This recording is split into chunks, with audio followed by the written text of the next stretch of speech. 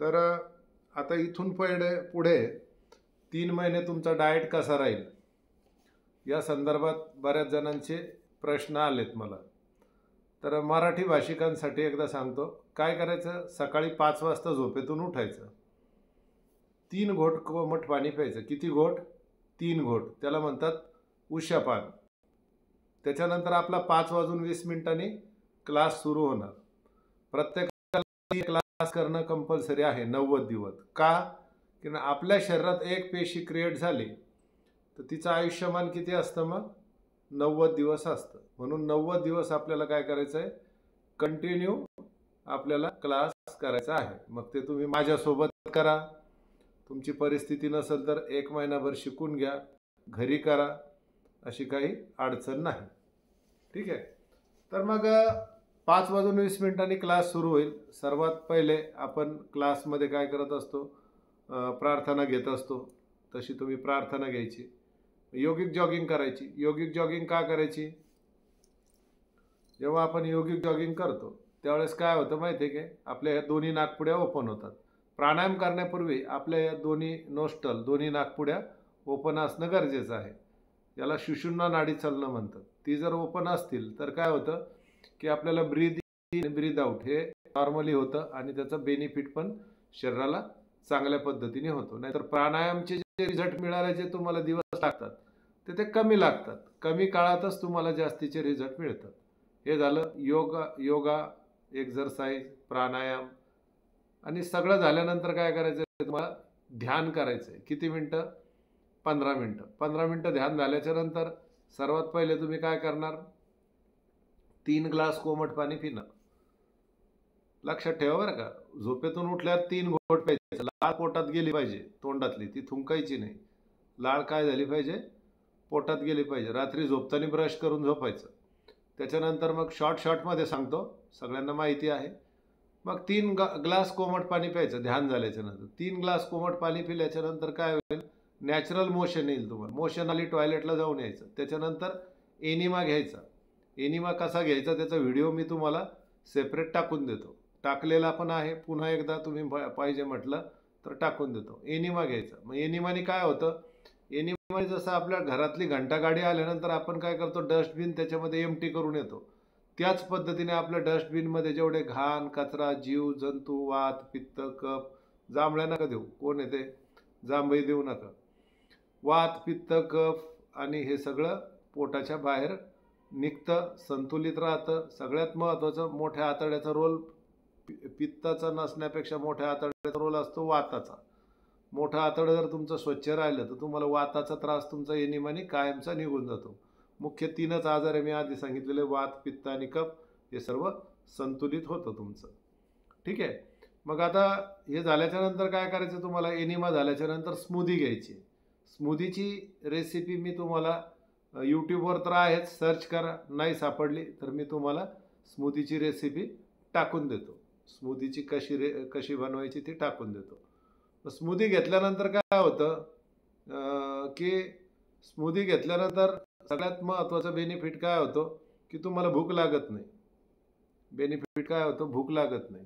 मग काय करायचं, स्मूदी घेतल्यानंतर तुम्हाला जेव्हा भूक लागेल तेव्हा तुम्ही त्याच्यावरही राहू शकता। ज्यांना वेट कमी करायचं त्यांनी त्याच्यावरही राहू शकता। सकाळी स्मूदी घेतल्यानंतर डायरेक्ट 2 वाजता काय करा, मग ज्यांना फास्ट वजन कमी करायचं त्यांनी डायरेक्ट फळं घ्या। कुठल्याही प्रकारचे फळं तुम्ही दुपारी 2 वाजता मग घेऊ शकता। मग संध्याकाळी काय खायचं, तर एक तर ज्वारीची भाकरी खायची आणि किंवा दलिया खायचा। मग सकाळी तुमचं स्मूदीत भागत नसेल तर त्या स्मूदीबरोबर तुम्ही एक फळांचा रस घेऊ शकता। ते फळ फक्त काय करायचं, जास्त आंबट नको, ते फळ जास्त आंबट नको, कारण जास्त आंबट फळ सकाळी तुम्ही एम्प्टी स्टमक घेतलं तर तुम्हाला मळमळ होऊ शकते, वॉमिटिंगचे सेन्सेशन होऊ शकतात किंवा मग तुम्हाला ॲसिडिटी तुमची वाढू शकते, डोकं पण दुखू शकतं। या पद्धतीने झाली सकाळची दिनचर्या, संध्याकाळपर्यंत दिनचर्या झाली। मग संध्याकाळी काय करायचं, 2 ऑप्शन आहे तुम्हाला, एक तर दलिया किंवा मग ज्वारीची भाकरी। आता ज्यांना डायबिटीस आहे, रेग्युलर वजन कमी करायचं नाही, त्यांनी काय करायचं, मग सकाळी 8 वाजता स्मूदी घ्यायची। कशाय घ्यायचा असलं तर घ्या, कशाय काही कंपल्सरी नाही। त्याच्यानंतर मग तुम्ही 10 वाजता एक ज्वारीची भाकरी खायची। ज्यांना डायबिटीस आहे त्यांनी आपल्या आहारामध्ये 40% सलाड, कच्चा आहार, ज्यांना वेट कमी करायचं त्यांनी घेणं गरजेचं आहे. मग दुपारी काय करायचं, तर दुपारी कुठलं तरी एक फळ खायचं. दुपारी एक फळ खायचं, 4 खारीक, 4 बदाम, 20 मनुके त्याच्याबरोबर कंपल्सरी खायचे. आता हे 2 नंबरचा डाएट सांगतो. ज्यांना फास्ट वजन कमी करायचं नाही आहे किंवा ज्यांना फक्त डायबिटीस आहे त्यांच्यासाठी. मग बऱ्याच जणांना प्रश्न पडेल, 4 खारीक, 4 बदाम, 20 मनुक्याने शुगर वाढते का? तर त्याने थोडीशी शुगर वाढते, पण काय तेवढी शुगर तुम्हाला एनर्जीसाठी गरजेची असते. ती शुगर नॉर्मल ठेवण्यासाठी पण त्याची तुम्हाला मदत होते. मग दुपारी काय करायचं, एक फळांचा रस किंवा डायरेक्ट एक फळ किंवा मग 4 खारीक, 4 बदाम, 20 मनुके. दोन्ही ऑप्शनल आहे, दोन्हीपैकी एकही घेऊ शकता आणि ज्यांना जास्त भूक लागते ते दोन्ही घेऊ शकता. संध्याकाळी काय, मग संध्याकाळी दलिया किंवा मग ज्वारीची भाकरी. अशा पद्धतीने तुमचा 2 नंबरचा डाएट झाला. आता 3 नंबरचा डाएट काय? 3 नंबरचा डाएट ज्यांना वजनच कमी करायचं नाही त्यांनी मग काय करायचं, सकाळी 10 वाजता पण जेवण करायचं, दुपारी 2 वाजता पण जेवण करायचं आणि संध्याकाळी 6 वाजता पण दलिया घ्यायचं कंपल्सरी, दलिया किंवा ज्वारीची भाकरी. अशा पद्धतीने 3 नंबरचा डाएट. 4 नंबरचा डाएट काय? ज्यांना अति फास्ट आणि अति जास्त रिझल्ट पाहिजे त्यांनी काय करायचं, मग सकाळी स्मूदी, दुपारी फळांचा रस, संध्याकाळी सूप. त्यांनी अन्न घ्यायचंच नाही, त्यांनी सूप घ्यायचं. कुणी? ज्यांना फास्ट वजन कमी करायचं आहे सगळ्यात त्यांनी. ज्यांना 2 नंबरला वजन कमी करायचं त्याला 1 नंबरचा डाएट सांगितलं, 3 नंबरचा डाएट सांगितलं आणि 4 नंबरचा डाएट काय सांगितलं?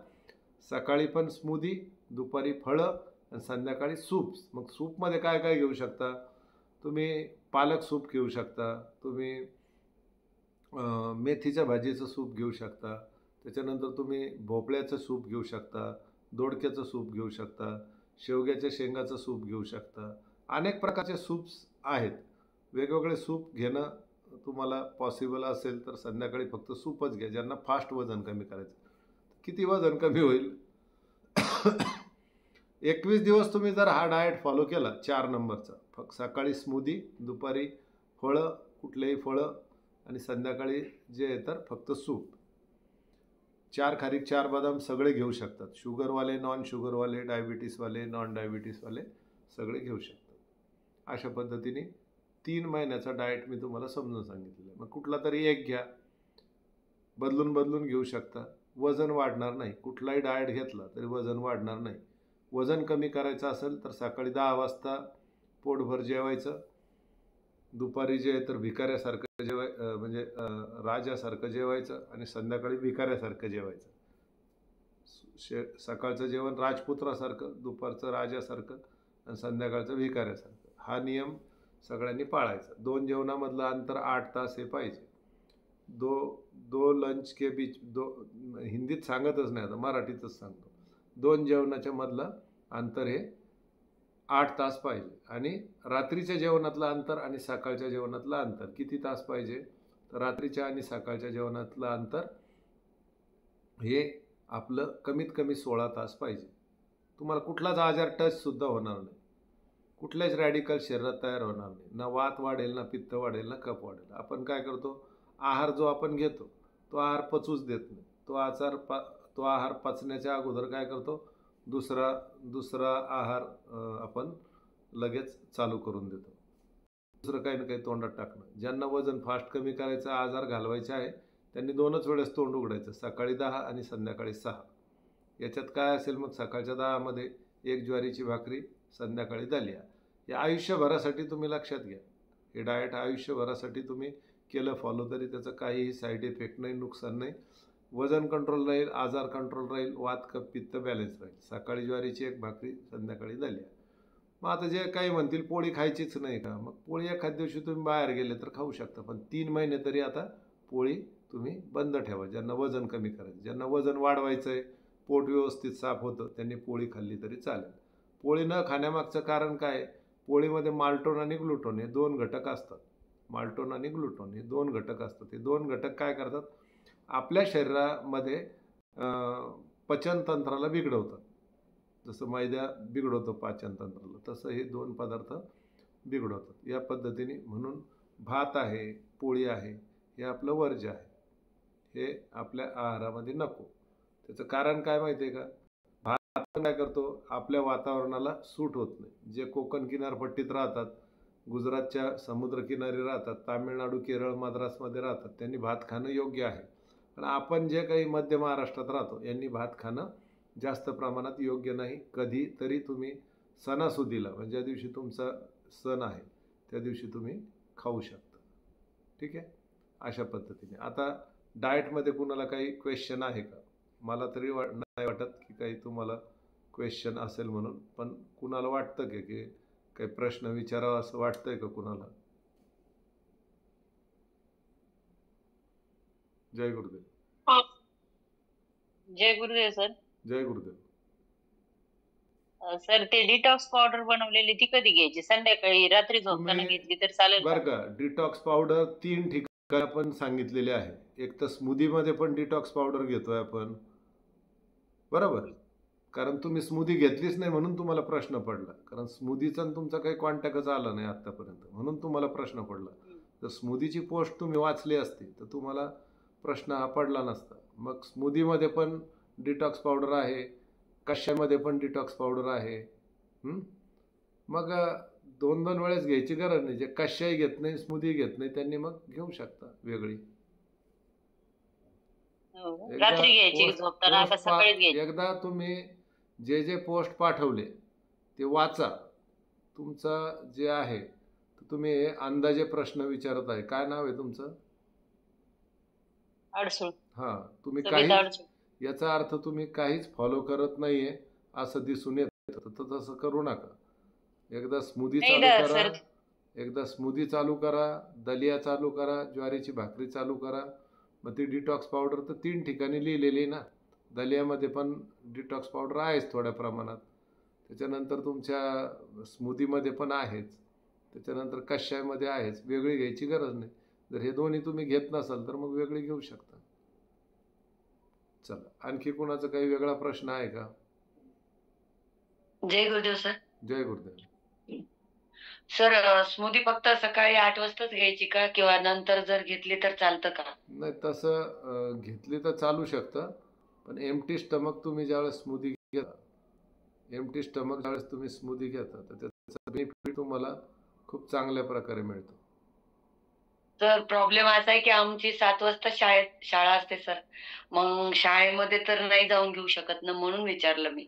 मग तुम्ही केव्हा घेऊ शकता? केव्हा घेऊ शकता स्मूदी? मग दुपारी घेऊ शकते सर. दुपारी काही प्रॉब्लेम नाही, नुकसान काही नाही त्याचं. न घेण्यापेक्षा दुपारी घेतलेली बरी. चालेल. मग दुपारचं लंच स्किप करून जर त्या जागी स्मूदी घेतली तर चालेल का? मग तुम्हाला सकाळी 4 खारीक, 4 बदाम, 20 मनुके खावं लागेल. पहिलं जेवण कधी घेणार तुम्ही? सकाळी 10 वाजता सर. तुम्ही सांगितलं तसं ज्वारीची भाकरी. सकाळी 10 वाजता हे घ्या, दुपारी शाळेतून आल्यानंतर स्मूदी घ्या, संध्याकाळी तुम्हाला शक्य असेल तर सूप घ्या, वजन कमी करायचं असेल तर. आणि वजन कमी करायचं नसेल तर मग तुम्ही ज्वारीची भाकरी किंवा दलिया घेऊ शकता. चालेल सर, थँक्यू. दुपारी स्मूदी घ्या शाळेतून आल्यानंतर. स्मूदीचं एक वैशिष्ट्य असं आहे बरं का, स्मूदी हे पृथ्वी तलावरचं अमृत आहे असं मी का म्हणतो? कारण जे मायक्रो घटक तुमच्या शरीराला लागतात, तुम्ही एवढं मोठं खातात, तर त्या पेशीला विभाजन करायला, त्याला तोडायला, त्याच्या मायक्रो मॉलिक्युल्स बाहेर काढायला आणि ते विघटित करायला, त्याच्यापासून रक्त, मांस, मज्जा, अस्थी बनवायला लॉंग प्रोसेस आहे ना. स्मूदी तुम्ही घेता, जे तुमच्या पेशींना पाहिजे ते डायरेक्ट मिळून जातं ना. स्मूदी पातळ असते ना, ते डायरेक्ट मिळून जातं, त्याच्यावर तुमची पेशी खुश होऊन जाते. म्हणजे तिला परिश्रम कमी घ्यावं लागतात ना, डायजेस्टिव्ह सिस्टीमला कमी परिश्रम घ्यावं लागतात. म्हणून काय होतं, स्मूदी घेतल्यानंतर आपल्याला लगेच पोट आपलं व्यवस्थित साफ होतं. तरी एनिमा घ्यायचं. पोट व्यवस्थित साफ झालं तरी एनिमा घ्यायचं. का की एनिमामुळे तुमच्या चेहऱ्यावरचा ग्लो वाढतो. एनिमामुळे तुमचं सगळं काही प्रॉब्लेम जे आहे ते तुमचे सॉल्व्ह होतात एनिमामुळे. संध्याकाळी केलं तर चालतं? सकाळ आणि संध्याकाळ 2 वेळेस एनिमा घ्यायचा. जर तुम्हाला शाळेची गडबड राहत असेल तर झोपेतून उठल्यावर पहिले एनिमा घेऊन टाकायचं सकाळी. जर तुम्हाला प्राणायाम योग झाल्यानंतर घेणं पॉसिबल नसेल तर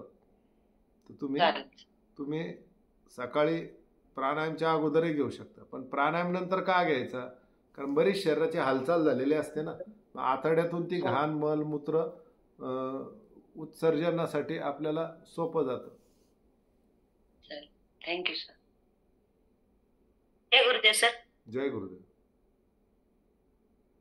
सर उपवासाच्या दिवशी स्मृती घेतली तर चालतंय ना? आता बघा, स्मूदी कशासाठी असते? शरीराला एक औषध म्हणून असते. आता तुम्हाला उपवास आहे, उपवासाच्या दिवशी कोणी तंबाखू खातं, तंबाखू उपवासाला चालते. चहा पितं, चहामध्ये प्राण्यांच्या कातडीपासून किंवा रक्तापासून बनवलेले काही घटक त्या चहामध्ये असतात असं लोकांचं म्हणणं आहे. मी काही त्याच्यावर ॲनालिसिस केलं नाही, पण बरेचसे असे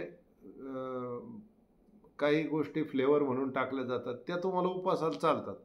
मग स्मूदी चालत नाही असं काही जणांचं असेल तर ज्या दिवशी उपवास आहे त्या दिवशी तुम्ही ठरवा घ्यायची की नाही घ्यायची. सर आपण त्यामध्ये जिरे व धणे बडीशोप असते ना, ते टाकू नका त्या दिवशी, ते टाकू नका तर ते स्किप करून जरी घेतली चालते. ते त्या दिवशी तुम्हाला जर संशय असेल किंवा तुम्हाला त्या दिवशी बर्डन वाटत असेल तर मग धने बडीशोप त्या दिवशी स्मूदीत टाकू नका ना, काय फरक पडतो? गुळ तर चालतो उपवासाला, झाडाचे पानं पण चालतात, झाडाचे फळं पण चालतात. मग त्या दिवशी काय करायचं, तुम्ही ही स्मूदी घेण्याच्या ऐवजी जे उपवासाला चालतं ते फळ, काकडी चालत असेल तर काकडीचा रस घ्यायचा, भोपळा चालत असेल तर भोपळ्याचा रस घ्यायचा, अशा पद्धतीने. बीट चालत असेल तर बीटचा रस घ्यायचा. काही नसेल कसं सर ते कंटिन्यू झाली ना आणि मला सोमवार वगैरे काही आला मग ते त्या दिवशी स्टॉप झाल्यासारखं व्हायला ना स्मूदी. स्टॉप करूच नका. ज्यांना डायबिटीस आहे त्यांनी प्रमाण कमी करा, शुगर चेक करून प्रमाण कमी अधिक करू शकता, पण स्मूदी बंद अजिबात करायची नाही डायबिटीसवाल्यांनी आणि ज्यांना हृदयरोग आहे त्यांनी. ठीक आहे चालतं.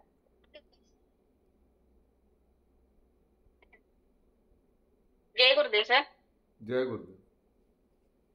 सर पिरियड मध्ये स्मूदी चालते का? बिलकुल चालते, काहीच अडचण नाही.